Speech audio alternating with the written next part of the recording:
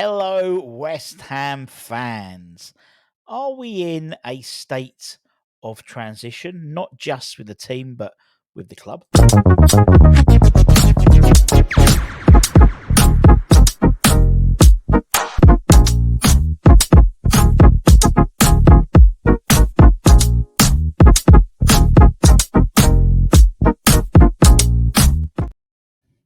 A very good day to you all. Hope you're all safe and well. Now, bit of a thought piece today.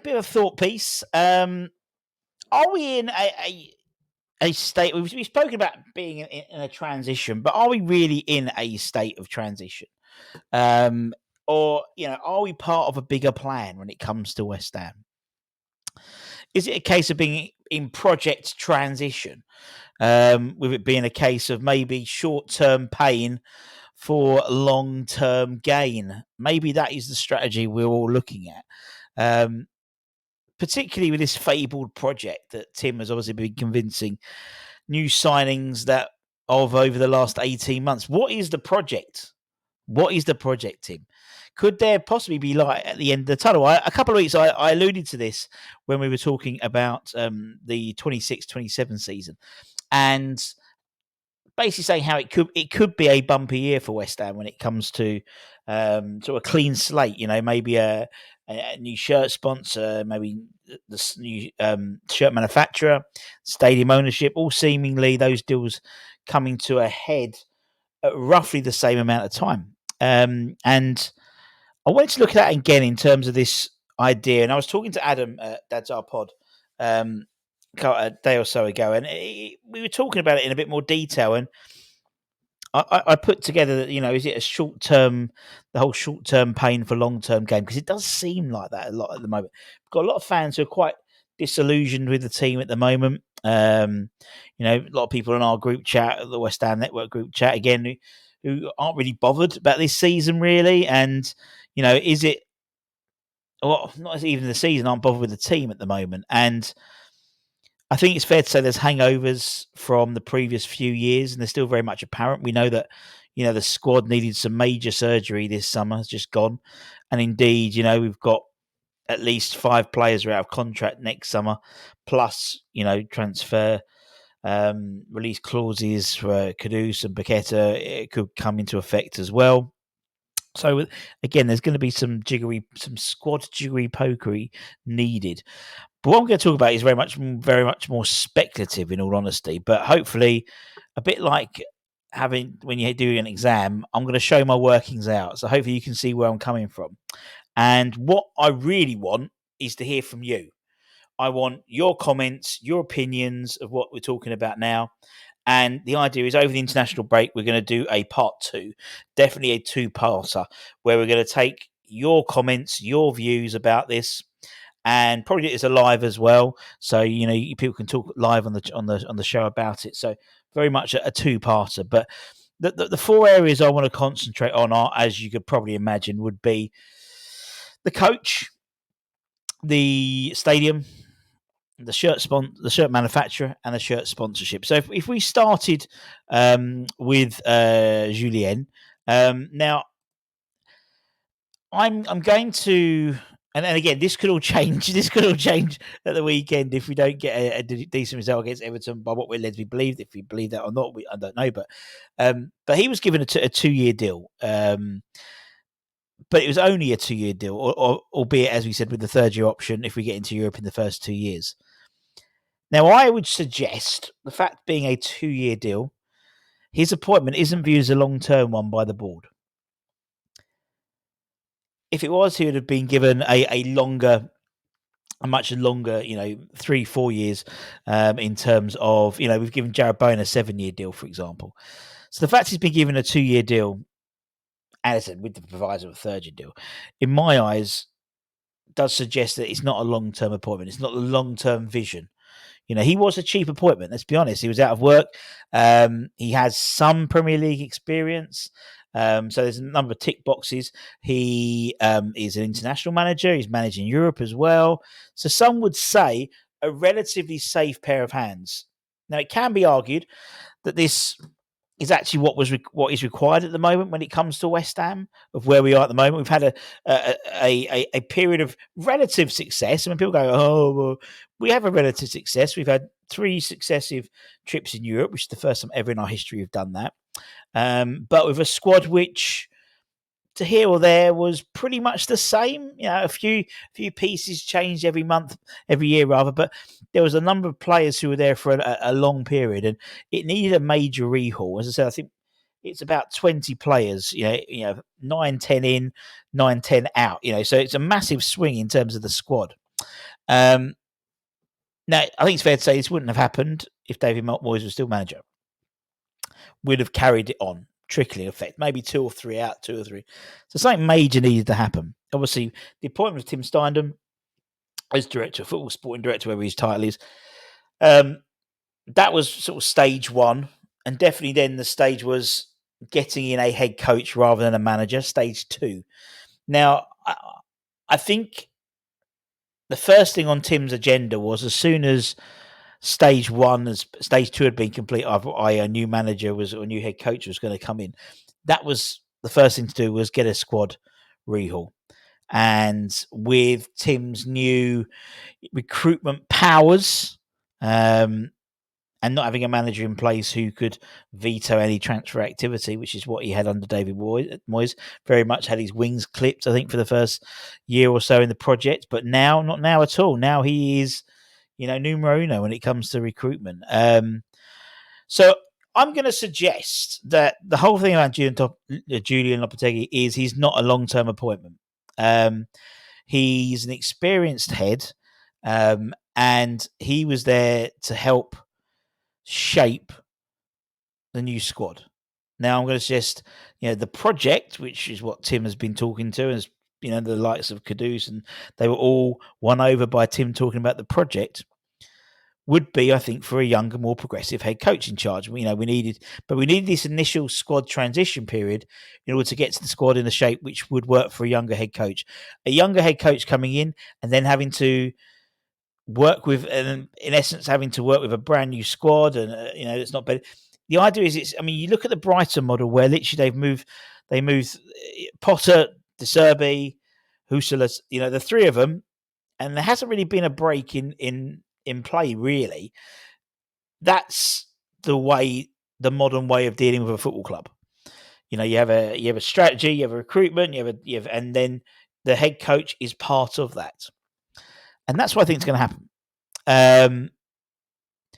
Now, I think the fact that it's 2026 is an interesting number. So, if Julian Lopetegui doesn't get into Europe, then 2026 would be when his contract runs out, 25-26 season. It's got a 2-year deal. Obviously, first year this year, second year next year. That's the way it works for us. Now, in 2026, there is a number of head coaches, managers who will be out of contract. So what is the long-term vision? And again, this could all change on the weekend. If he gets sacked, this could all change. In 2026, the Bournemouth manager, Irano, he's out of contract. He'll have a couple of years' experience of Premier League, 3 years Premier League experience under his belt then. So, could be a possibility. Another manager we've been linked with heavily, Marco Silva. His contract runs out in 2026 as well. So not only, and obviously, these guys can be offered new deals all the time, but what I'm saying is potentially you could see the dots joining up potentially. Maybe. And I know I use the word potentially a lot. That's my for sure. But also there's a couple of other players I wanted to just allude to. Maybe slightly out of the box. 𝙊𝙉𝙄𝙉𝙄𝙊𝙉. He's a bit of a random name, but he is currently the Al Ahly manager in the Saudi Pro League, but manager at RB Salzburg for a number of years. And also he had a playing career which was mainly at Hoffenheim. So you would assume that he would potentially be in Tim's list of contacts. But also another German coach is out of contracts in 2026, and that is Julian Nagelsmann. The man who is currently the German international coach, his contract with the national side runs out in after the World Cup in 2026. Both Julian and Matthias both play a 4-2-3, a 4-2-3-1 formation, which, to be honest, at the moment is probably what's best suited to West Ham. So I wonder whether there's anything in that as well. And again, this is speculative. I'm just throwing it out there. But maybe there is method to the madness. Maybe. But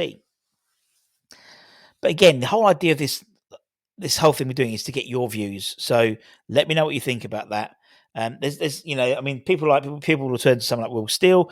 Will Steele, I think, contract runs out in 2027, and so it's I just thought particularly with Marco Silva was an interesting one as well because it's someone we have spent a lot of time looking at, allegedly. Let's talk about the ground. Now, obviously, the ground is something we've spoken about at length before, but obviously the change in ownership from the stadium to the Greater London Authority happens in 2025. So that does open up the possibility of West Ham to renegotiate the terms of the London Stadium and our occupancy of that with the GLA this time rather than the LLDC. A longer-term lease on similar terms to how Man City negotiated with, what is now known as the Etihad. Again, we'll talk about that in a minute in terms of naming rights. But that would allow the club to do a lot more with the stadium rather than be mere tenants. I mean, we only, we have a tenancy of 25 days, I think it is. Now, in order to do that, we would probably have to plug a gap. Probably about 15 million quid is the gap, which could potentially be achieved if, in terms of better catering, operational improvements, and also taking over the management of non-football events as well, potentially, as well as naming rights. Longer term could give the power of naming rights to West Ham potentially, which could definitely help towards the pot, so to speak, in terms of what we need for the shortfall. We'll come back to the naming rights a bit later on because I think that ties itself in quite nicely with the shirt sponsorship. But if you talk about the shirt manufacturing, now obviously, as you know, Castore, under the name of Umbro, extended its deal with West Ham until the end of the 25-26 season. So next season's kit. So the 26-27 season, we could see a new kit provider coming in to the club. One of the main reasons I think for the extension is the fact that it's our 130th birthday next season. So the club are looking to maybe have a relatively safe pair of hands. So there's a similarity there, maybe with the squad redevelopment, but with the belief that, and also, apparently one of the kits that will be next year will be that accrue kit. That we had the accrue color with the blue slashes down the sides. Dagenham Motors, no, Dr. Martins, wasn't it? Dagenham Motors, I can't remember. Nice kit, but that's apparently one of the kits that's going to be the three. We'll wait and see. Now, leading up to that decision for the Umbro deal, the club did a loose tender process by all accounts. A number of other manufacturers pitched, including the likes of Nike and people like that. Apparently, Puma was a close second in that, and actually, Puma themselves are going to be you're going to hear a lot more of them in the Premier League in the coming years as they've just taken over. They will be taking over the Premier League ball supply contract from Nike, who have had it for about 25 years. So you'll see a lot more Puma going on. So maybe Puma might be our shirts creators in 26-27 manufacturers, or maybe even Nike as well, who are in sort of a curious position because they've lost that ball deal contract, which is huge for them, and they'll maybe be looking to expand more to have more of a presence in the Premier League potentially. There is a loose sort of relationship with Nike in a roundabout way, and the fact is Foot Locker has about 70-75% of their stock is Nike based. I think there is some partnership agreement with Nike, and Danny Kudrinski has a small holding in that in Foot Locker. I think it's about 5 or 6%. So you could see something there potentially. And then finally, let's talk about the shirt sponsors themselves. Now, we know that Betway, obviously current, we know we've got the Premier League self-imposed ban on gambling sites being front of shirt sponsors comes into effect at the start of the 26-27 season, which coincides with when Betway's current deal runs until. And that could coincide with greater say in the London Stadium naming rights in terms of getting a greater chunk of that money potentially, which could be a very attractive proposition for a new front of shirt sponsor. that alongside with a new manager and a shirt manufacturer and maybe greater power when it comes to the London Stadium in terms of maybe a longer term deal, could make it a very exciting period of time for West Ham. And so the question is, will it be smooth sailing from 2026 onwards? And I can hear you guys chuckle in the background. I see it in the back there, Ralph. I see you chuckling to yourself. We've had false storms before.